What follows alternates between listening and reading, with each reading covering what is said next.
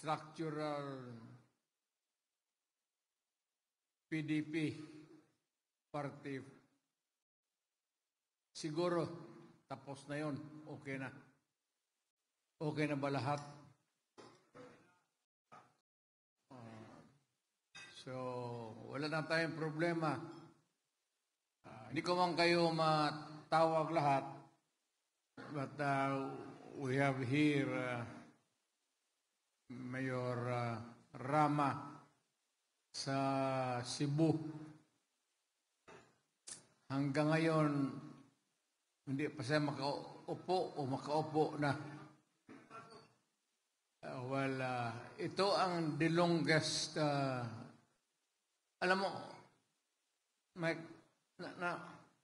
ikaw yung isa sa hindi ako pinakamatagal na harassment, oppression talaga. Yung pabalik-balik na putol-putol yung pag-upo mo. I do not know how. It's not so much in sa naging presidente man ako. Ang diyan yung mga yung kalaban mo marunong yung sa taas pero pirma lang man, it's how they can convince the higher ups that itong tao na ito is a threat. This is not a political asset. We might as well, parang ganon. Isa pinaka-ko nakita ko na talaga, yung hinahabol ka talaga. But, mo lang, Mike, may eleksyon naman eh. And,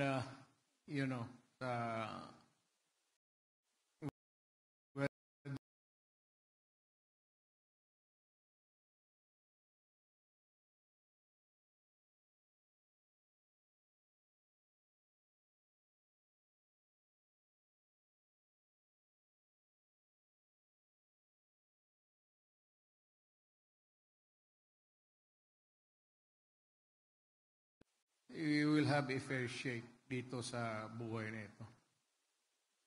But anyway, hindi naman siguro ako magsalita ng matagal.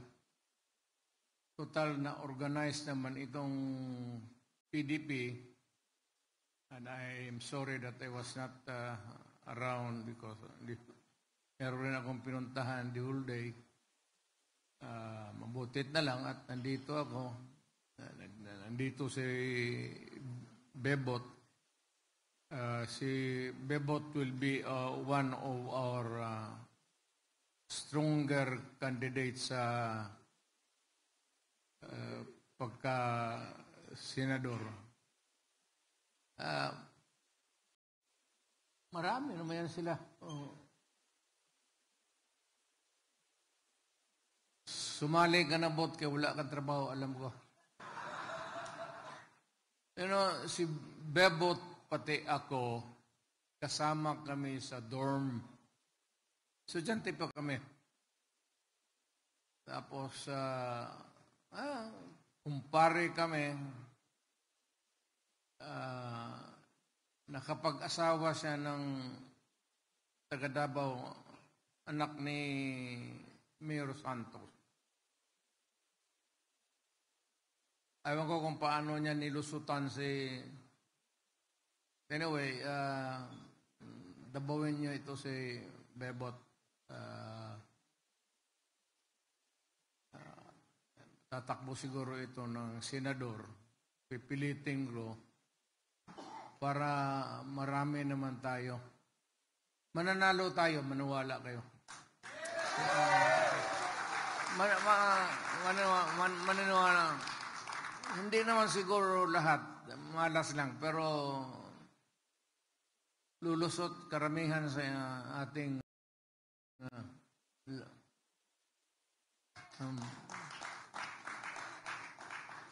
sigurado na yung magkatabi, oh. One and two na.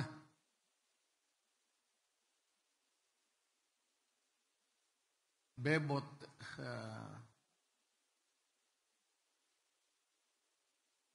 takbo ka kasi wala kang trabaho.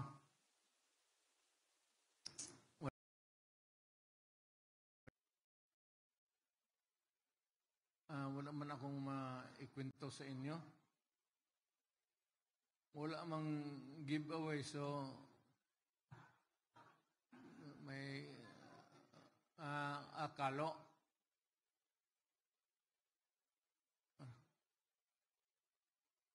T-shirt. Mamigay ka? Lahat nabigyan mo. Pag hindi, ikaw ang ibigay ko.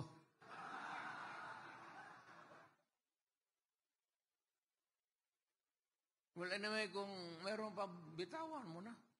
O magpagawa ka lang ng... Yung lahat ng nandyan, stock mo,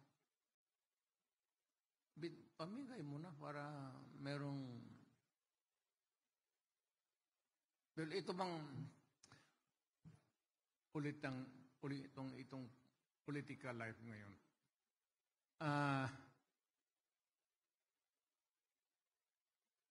The president is not really yung sabihin mo abusado.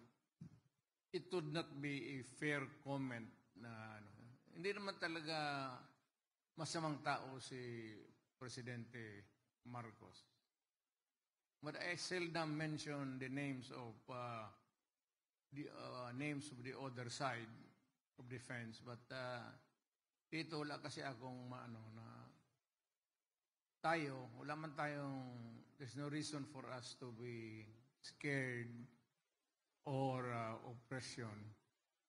Kasi wala man akong nakikita na yung tendency of a president to be abusive and would condone itong wrongdoing. Wala akong nakikita dyan. So, in this coming election, I hope that the President, kung marinig niya ako, bigyan na lang tayo ng, sabi ko, a fair shake of patas lang ang laban. Wala lang, he will not allow, kagaya ko noon, nagprangka-prangka ako sa mga tayo, yung na huwag kayong pumasok sa takutan pati yung sa violence. It's not good. Let us keep democracy as was handed down to our parents. Yung i-preserve natin yung legacy na binigay nila sa atin. Although in the course of time, it was not really perfect. Pero we'll be able to maintain this kind of environment politically. So we try to maintain that kind of, whether we are the ones in power or opposition tayo. Sana si Presidente Marcos would say to it that wala lang and yung vote buying, wala yan talaga. Kasi yung vote buying is really out of hindi natin pwedeng pakialaman yan eh. You cannot control it in a way, so what would be the point in making so much noise? It would just magsamang loob ka lang. Pero yung mga violence, terrorism, ayan ang hindi pwede. And I'm sure that the President, Mr. Marcos, would not allow that. Politiko siya at dumaan siya ng mga ganun eh. So, let us go back to our respective territories and start to organize. Mahirap mag-organize pag walang pera. So, ang PDP is shoestring budget talaga to. But whatever na makuha namin na malaki, kung may magbigay man, ngayon ng mga negosyante, we will share with you whatever ibibigay namin sa taas. Yung mananalo na, kagaya ni Bongo pati ni Bato, hands down man ito sila. So, wala na itong tsaka sila ang dapat magbigay sa atin, si Bongo ang magbigay.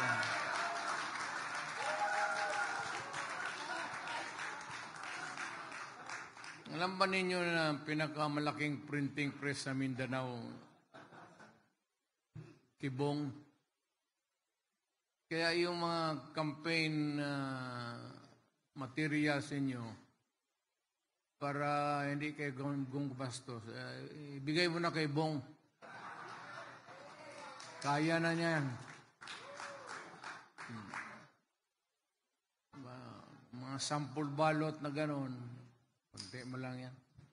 Kaya ni Bong yan. So, wala man ako dito kung anong pinag-usapan ninyo. I was not around to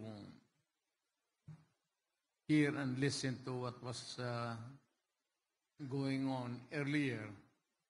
But I suppose that you were talking about what was really good for the PDP. Ang PDP naman, hindi masyadong malakas. But over the years, from yung medyo struggling, we are now, kumbaga by analogy, yung aeroplano medyo naka-take off na, pero hindi pa talaga nagle-level yung, but struggle ang PDP. But over time, nandiyan kayo, nandiyan si Bebot. Kaya kailangan mag-ano tayo ng mga senador talaga.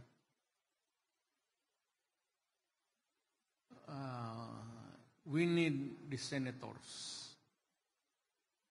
Kailangan natin ng senador. So, anyway, mag-ikot man kami. I hope that I will have the money and the energy to go around the country. Mga key cities lang siguro. Hindi ko kaya matanda na ako. Para naman yung partido natin. Mabisitahan lang ng lugar. So, yan lang ang anong ko. Pero wala tayo. Unless yung mga kilala ninyong mga negosyante. Pero wala tayong big contributors. I don't know this time. Kasi medyo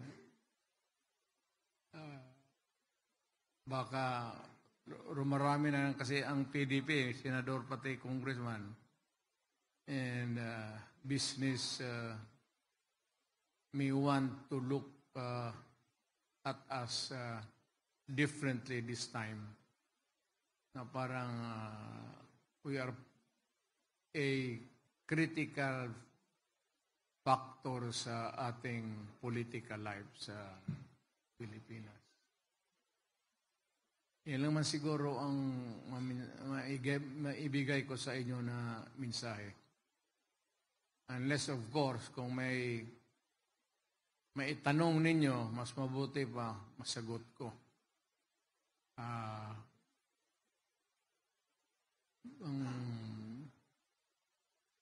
Kung sino yung finance officer natin, pag-usapan pa namin dito sa taas kung sino talaga. Wala man sila dito lahat. But we might makaraise tayo talaga ng kunti. Kasi mahirap magkampanya na walang pera. Talagang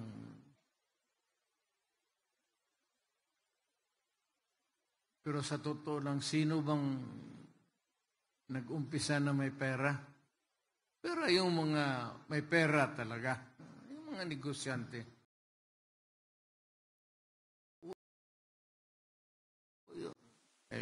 Ako, nagtataka nga ako, until now, it remains to be still a mystery sa akin kung paano ako umabot pagka-presidente. Totoo yan. Totoo yan. Hindi ako na talagang natulog ako when I look back sa buhay ko. Hindi ko talaga alam kung paano ako naging presidente. Kung pera-pera, wala talaga. Kung sabihin mo lang pera pang kampanya at buong Pilipinas, wala. Wala talaga sa totoo lang. But suddenly, I found myself governing the country. Tandaan ninyo yan, baka maabot kayo ng ganun. Ang swerte kasi hindi mo maano talaga. Hindi mo mapigilan. Hindi mo taglang mapigilan. Ang itutulak ka talaga ng panahon pati ng Diyos siguro. Kaya ako, hindi ko talaga alam kung paano. Lahat na kaibigan, Atty. Del Gray, ang abogado ko ngayon, kay papakulong ako ng mga putang inang walang hiya. Yung mga military sila,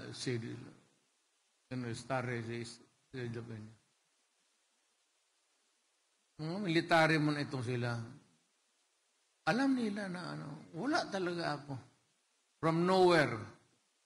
Kung sa bulsa, from nowhere, wala talaga. And yet, pagka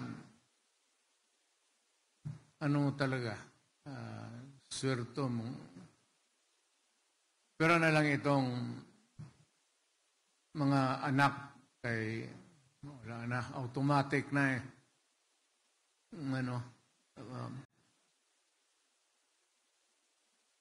automatic na. Pero sa bagay, ang tatay ko pala putang ina politiko rin.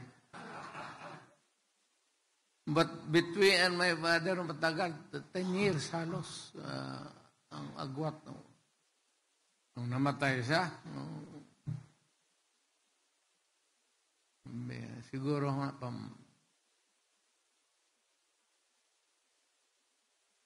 wala talaga. Piskal lang ako noon, ang sweldo ko ilan lang. And yet, when I became mayor, tuloy-tuloy na. 3 terms tapos papuntang presidente. Sinasadya ko itong salita na ito. It's because it is a gathering of people who are into politics. Nandito tayo kasi sa politika PDP Laban. Of course, it's a political party. And that is what brings us together. So, ang topic dito, talagang itong ganito. How do you achieve your dream? Pero ito lang ang masabi ko. Yung damgo sa Binisaya is yung panaginip, limitahan mo lang. Huwag mong do not let it go haywire. Yung mga ambisyon ka ng wala na sa lugar. Yung gutom, parang gutom ka talaga. Hindi bibigay ng Diyos sa iyo yan. Maybe mag-isip-isip ka lang kasi ang tatay ko, gobernador. Doon tayo papasok sa utak ko na maybe, just maybe, baka magpasok ako ng politika. Pero I was never really ever conscious na sabihin mo na pagkatapos ng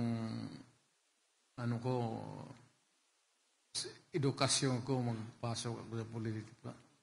Matagal ako naghanap buhay talaga. I was a prosecutor.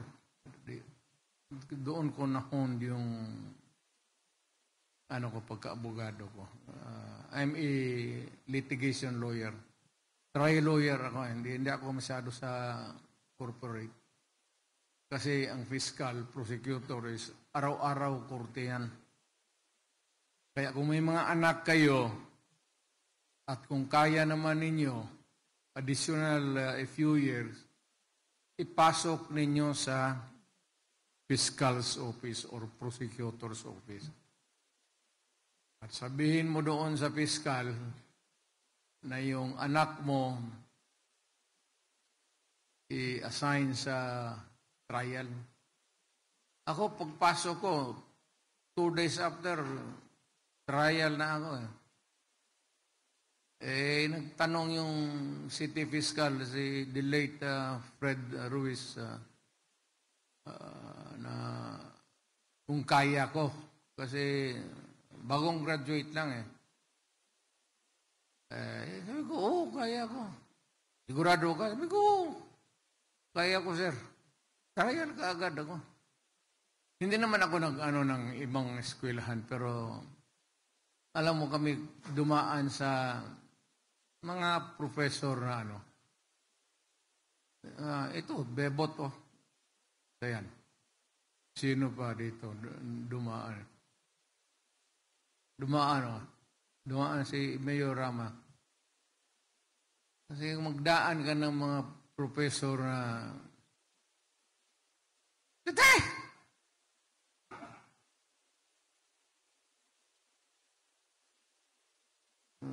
Hindi mo malaman kung may kapangalan ako sino ba yun? Basta yun, So magtindig kayo, dalawa kayo, tapos magtingin, ganun pa naman yung antipara niya.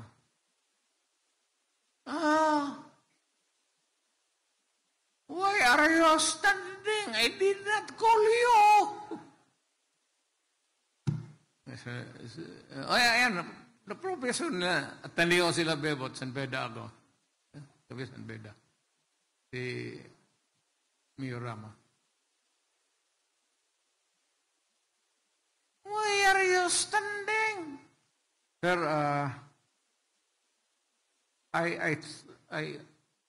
I thought I heard my name. God damn it, because you are always talking at the back. That's why you cannot hear. Stand here. Come. Sit down. Pag-sit down, okay, you stand up. Tindig ka na.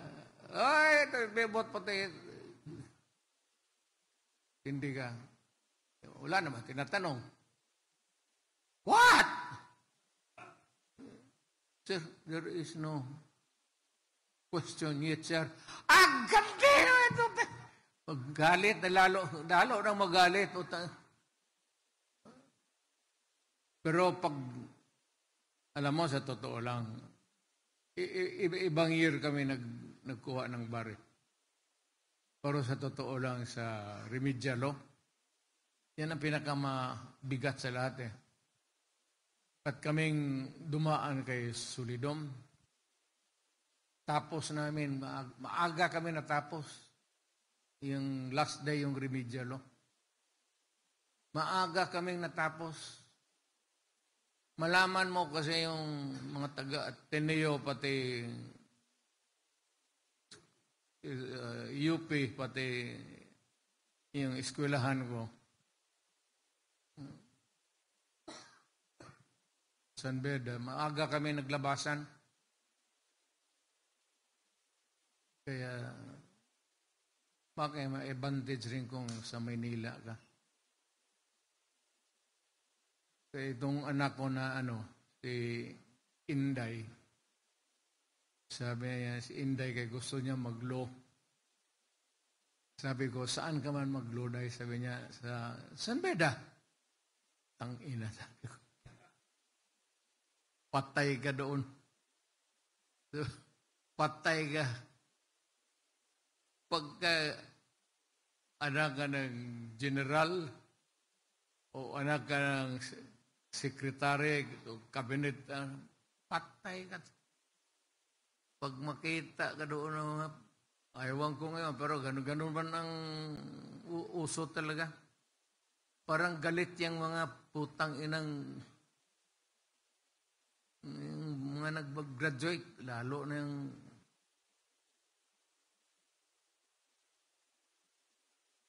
si Inday, nung sinabi kong kumuha ng luyan, sabi ko, niwarningan ko talaga, sabi ko, Day, alam ko hindi ka masyadong bright. Ordinaryo ka lang. Tangina, bawiin mo talaga yan sa... Ang law naman hindi mahirap eh. Memorize ka lang ng memorize. Kaya kayong mga kumuha ng law ngayon, huwag kayong uminom. Lalo na kung working student ka tapos matanda ka na. Hindi naman ako sa no offense intended. Ang brain mo kasi battered yan sa alcohol pati. Every time that you are intoxicated, tapos lalo na yung talagang parang lasing ka na higa ka, there are millions or billions of cells in the human brain. But every time that you are intoxicated, na talagang matumba ka, so many millions of your brain cells patay. Kaya kung pero kami, bagay, buti lang kami magsalita ng kasi kami, kami beboto. Kasama ko mas dormitoryo yan. Kay alay, tapos wala na, naubos na yung pera, inom pa, natalo na sa kay alay, sugal pag yun, wala na.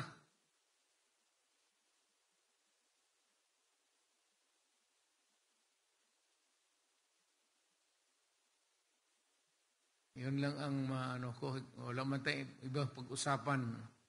Wala akong politika. Hintayin natin.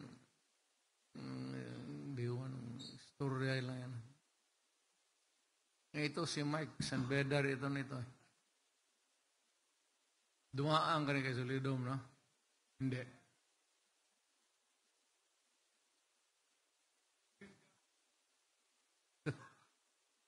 Buang.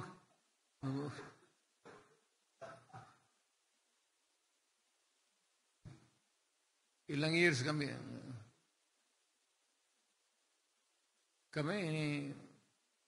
bebot ang magkabats. Pero Ateneo sila.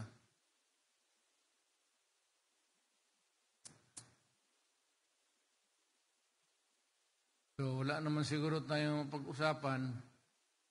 Pati yung mga military nag-cubepos na gano'n, no? Either gitugnaw na General Sares. Magpolitiko ito sila. may kukunin talaga ako dito sa kanila, konsyal. I don't know kung kausapin ko muna. Pero ang isa dito, nakita ko na, sino ba yung, may inaano ako dito na ano, may ego-groom ako. Ikaw!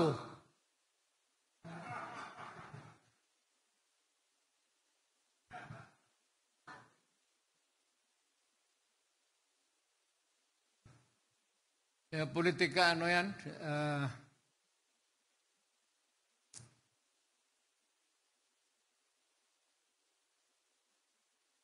Di mo dala sa pera, kaya kung pera lang, huwag kayo maniwala yung kalaban ninyong maraming pera.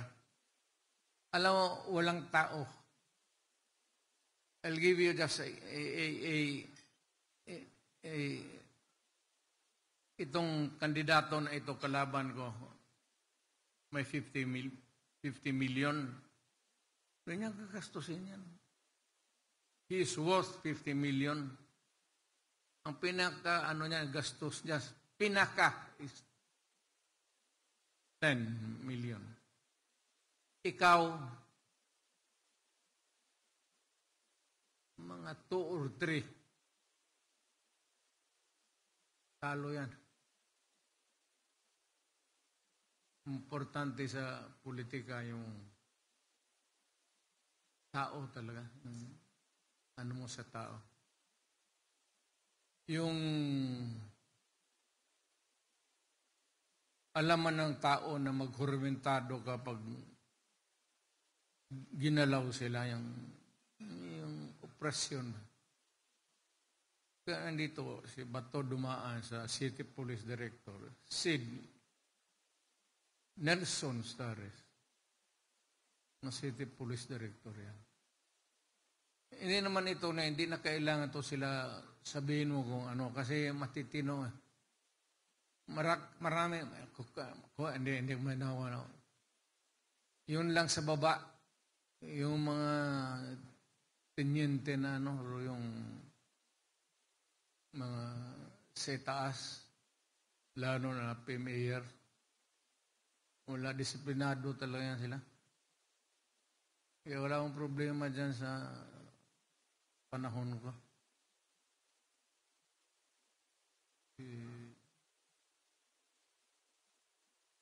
Na-demanda ba tayo noon? Saan ba tayo na-demanda?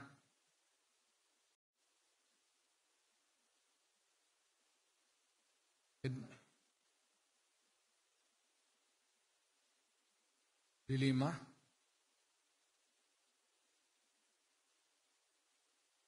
Hayaan mo yan siya.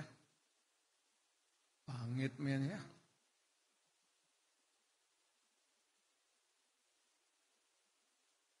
So, meron akong,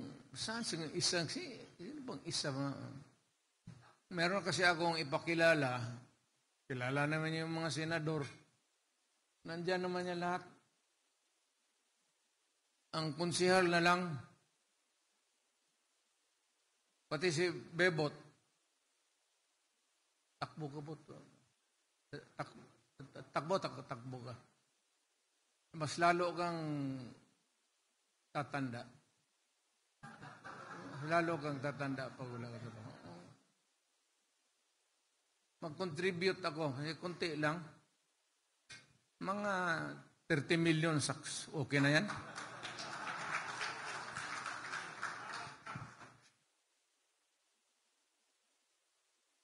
Pati itong si Martin Delgra. Ang tatay nito, piskal. Mahusay na piskal. And he took after his father. Ay, siya yung abogado ko. Oh, sorry. So, ano pa bang, baskit, anong klaseng chismis na lang ang gusto ninyo ng chismis? Gusto niya ng chismis? Wa si kuan diha.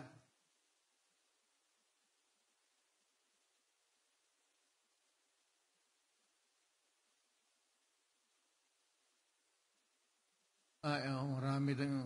Mas nga pala.